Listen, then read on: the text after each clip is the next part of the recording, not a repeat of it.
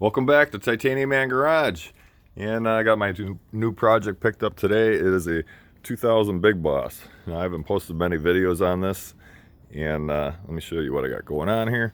This one came in and it had a bad tranny, and like most of my projects I get, it came in a box.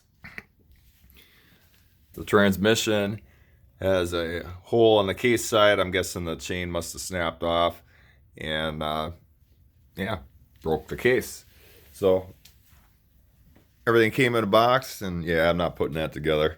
So I'm gonna go ahead and get this thing going. I did end up getting a replacement transmission out of a Explorer, which the numbers matched up.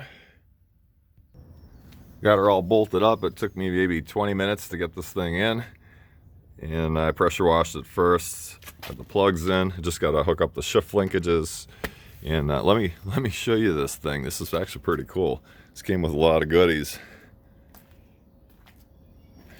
Came with this rack in the front, a brush guard, nice box, hand protectors, and let me know if you guys ever seen anything like this. This is like extended footwell, and I thought this feature was pretty cool. It's a block heater. Mounts to the coolant hose here and heats everything up, heats the coolant up, and keeps your engine nice and warm in the winter, so it starts up a lot easier. So yeah, thought this is pretty cool. I'm thinking I'll get everything all bolted up and back together probably within an hour and a half. So yeah, stay tuned, and I'll show you how I get this thing going. I'll post a video of it running and driving, and then I'll get back to this thing. This thing's got some ground issues. I posted a video on this the other day.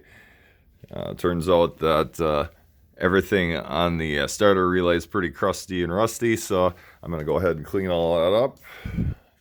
Get that fixed later on today. And yeah, if you haven't subscribed to the channel, subscribe, because I've got tons of projects going on. And once I get this done and the other one done, I got a bunch more.